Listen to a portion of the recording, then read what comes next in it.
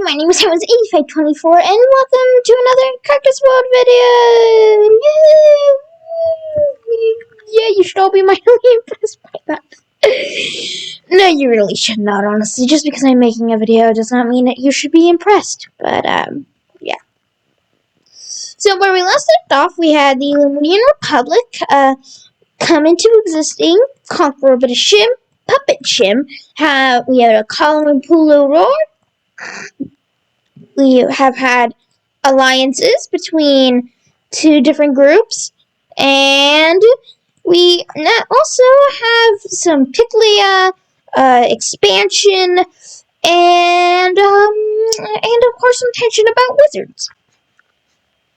So, what's gonna happen today? Well, I could do Massive Alliance War, but I mean, that kind of sounds like a weird World War I stance. I mean, would you consider the entire war against Humana World War I? No, not really. Honestly, even then, think about it. A World War stands to reason that it's world war. World-shaking, big war about the world. You know, that makes sense. But honestly, here's something.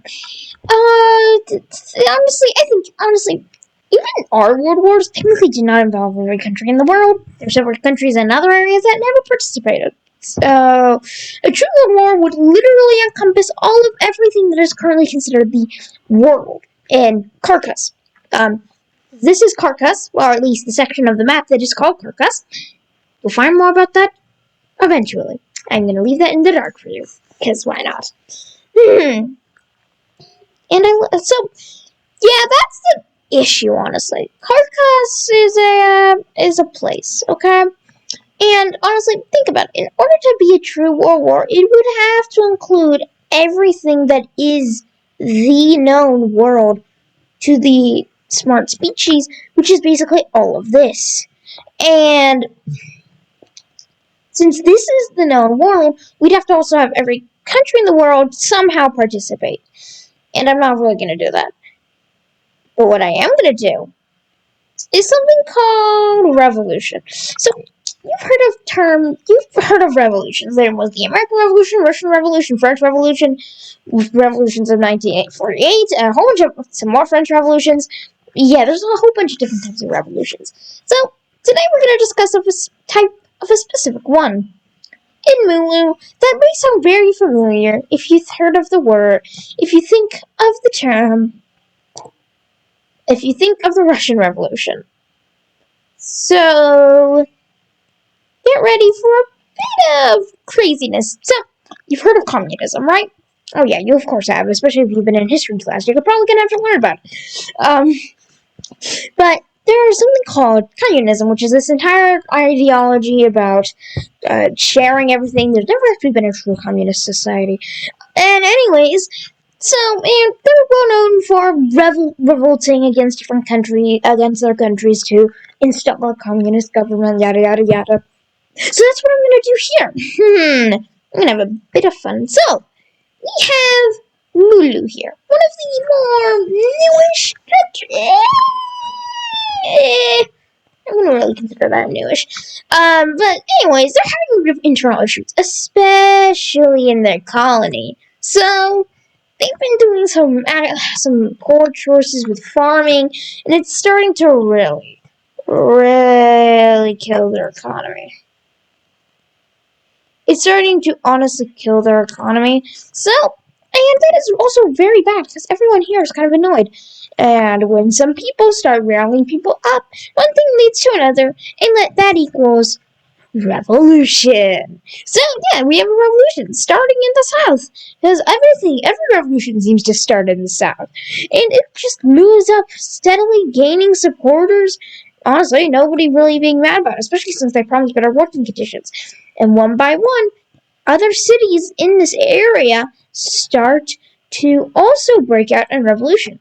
From there, they just connect up their forces, and with all these cities equating to a lot of people, they manage to basically take over the majority of the colony. Except for these 3 cities, especially since these are the original cities that were used as colonies, they're a lot more loyal. But once new regime down here reaches the ocean, they just land a naval invasion, cut across, and destroy them anyways. So that's interesting. From there, they use the boats that they gathered from these areas because Lulu's kind of seafaring. I mean, they kind of have to be if they got an overseas colony. And from there, they land in this city, in this area. From there, sympathizers up here in the north, just kind of, and in these two cities in the east also spring up in revolution, which once again is nearly destabilizing Lulu. From there, they just come across and start to encircle the city. Oh no, it's over. This is horrible. I'm so sad I can't watch. But the thing is that the other countries don't really want Lulu to fall. So the Pickle Empire quickly intervenes along with their allies and say, let's come to a compromise. Otherwise, we're gonna kill you. Type of idea. Typical stuff. So, yeah, they said, okay, here's the deal. You can have your country here in this colony. Okay, you can take the colony. Have it if you wish, because you have so much support. But you just cannot take mainland Mulu. Okay? You just cannot do this. So they agree. And so then, thus we have this new, what I want to call the Commune of Fala. I am very bad at names. Maybe if I somehow figure out how to get comments working, you guys can comment better names. Honestly, I am horrible at names, so yeah. So now we have a communist government, which means I gotta add it to here by first taking this eraser and erasing this area because technically this area is no longer a monarchy. And here's the thing. Trying to get a true communist society is honestly kind of impossible because everything would have to be split equally among the people. And honestly, here's the thing. It will never always be considered equal by everyone because here's the simple fact. Here's something very simple. What may be considered equal to the government is not equal to everyone else, and thus that cannot really be true. But I will consider this a communist government out of the simple fact that honestly, does it really matter? No, and honestly, it's the closest thing to a monarchist. So, what I can do is basically I can say that this is a communist authoritarian. Why not? Communist authoritarian. If you're wondering what authoritarian means, it basically means like dictatorship, and that's what. Actually, let me quickly. No, it's just gonna be communist because honestly, I don't feel like. Okay, there we've got a communist thing now. Haha, interesting. Hopefully that lasts. Actually, no, I don't really hope it lasts. Yeah. So and all that took was roughly, a year, because a lot of these things just take a year. So, yeah, now we're at a time of this. And the next thing is honestly just some expansion over the course of, till the end of the century. Okay, so we're gonna go hop over to year 700. I'll quickly skip over to when it's then. So, yeah, I'll see you in a sec. Okay, and we're back. So we've had some minor expansions, okay? We have had some expansions of colonies down here, some population density, some Polo expansion here, Colo here, some Livonia up here, some Biclia here, Foma and Akali here, and that's about it. Also, Linwardian Republic also expanded a bit into the mountains, which is honestly hard, really, really hard, because, it's mountains. Mountains aren't necessarily the easiest things to build in. So, magic users, the stuff that is so special at this war, that especially sets it apart from ours, well, recently there's been some new discoveries with it. I'm not going to be talking like zombie apocalypse now. No, I'm never crossed that line. But anyway, I'm talking about in the sense of that, think about it in this way. There's always this, think about it. I mean, I think it was discovered like 200 years ago. Honestly, I could just go look at my files for the video, but no, I'm not gonna do that. And so there are still tons of discoveries, like on how to use it and how to mess with it. And recently, there's been a new power of water. Okay, if you watched Avatar The Last Airbender, this will kind of make sense. Or Korra, because that's a part of the Avatar The Last Airbender world. So, there's like water, yada yada yada, water in someone's body, which equals you're able to bend, like use your water abilities to mess with them. And that's not necessarily the coolest idea. So it instantly gets banned. And so yeah, it gets banned. Oh no, this is not cool. Actually, everyone basically agrees on this, but it will come back to bite us later. You'll see later. Yeah. And so, yeah, that's relatively cool. And, yeah, nothing crazy. But something new is happening. And guess where? T'Challa! Yeah, so T'Challa is very much a interesting spot. I will explain those later. It's an interesting place. Okay, like it's an interesting place. Okay, like so. Let me just kind of okay. Let me just. I'm doing this. I'm going to be talking about doing this, okay? Because I feel like it. So here's the thing. So, T'Challa is very much a weird split between a bit of elven and a bit of human. There's even bigger splits in other areas, but we'll get to that in a sec. But honestly, T'Challa is a place where there's kind of a little bit more of a race mixture. It's primarily humans, which is why it's shown primarily as a human color up here. But the interesting part comes to the simple fact of that,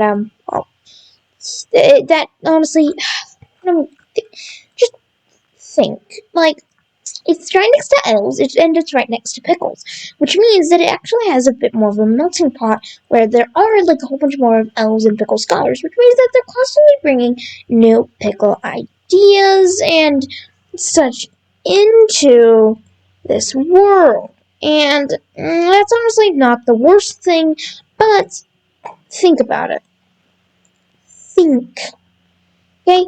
Like, since there's constantly ideas from the pickle and elven communities coming into it, that means that it's also very much a place where a hotbed for possible activity into their, like, ideas. And think about it. Since humans, we're fallible, very much. And I haven't delved much into the psyche of elves and humans, and I'm not, because that will be a very boring video. But anyways, they could be considered a little bit more enlightened than the others. They seem to think better. And that leads to the simple fact of that they have, well, more advanced ideas. Why do you think the Pickle Empire has been able to go so long without collapsing or having any breakaway states? The reason is because of their policies and their smartness, which makes their life easier. So, which just makes their life easier and more safe. And with those ideas coming to T'Challa, those hard T'Challans are very much not wanting it. So that causes contention. And the worst part is that the Pickle Empire also is thinking about marching through T'Challa up through and attacking Kulu and this alliance to get to Falma to demand that they give up this specific spot to either the Pickle Empire or one of their allies. Probably the Liberian Republic, because they're in a better position to govern it. Or just straight up, just own it, or give the Pickles special rights to this area. Now, and yada yada yada. And that's causing contention. So, you know what that equals? Oh, wait, that's right, war. But do I want to do war right now? Yeah, no. There's something else that's actually more pressing. Muka. Now, Muka, as you could probably have guessed, is a monarchy. So, monarchies can equal to some authoritarianism, but can also equal to scheming. Ooh, scheming. Now, Luca originally was thinking, ooh, human is a republic, but they also have a massive monarchist group. Or, no, like, Shim. Think about it. Okay, so Shim was a monarchy before Limwoodian Republic came in. So, they think, ooh, we could combine our monarchy with their monarchy to, equal, I don't know, a big old group. But when the Limwoodian Republic came in, that entire idea was smashed to pieces. But now, there are people in Shin who don't like it there, and don't like the entire idea of no monarchy. So with the support of Muka, and with Muka's invasion, they start a new, one of the absolute biggest campaigns in history, moving fast, extremely fast, by, I mean, like, couple of days. They managed to take a massive southern region, also partly because they have support there. Then, there also, in some of these other cities, people spring up in a revolution to, in support of the monarchy. And this goes really badly, really fast. And over the course of over a couple of months, we end up seeing nearly the entire southern section fall. And Mocha's thinking, hey, we're gonna beat the Lothian Republic and the Friends. Yeah, this is so cool. We're gonna be the coolest people around. And it honestly goes extremely wrong, only leaving a couple of cities left and leaving this one under siege, which quickly falls. But the Woodian Republic is not phased. Quite literally, they are not phased. They gather up their army and, using some of their very good deceptive tactics, land, and since this is Shim's land, I'm calling Shim, land here, desolate, cool. Nothing crazy here. There's nothing bad. They land here.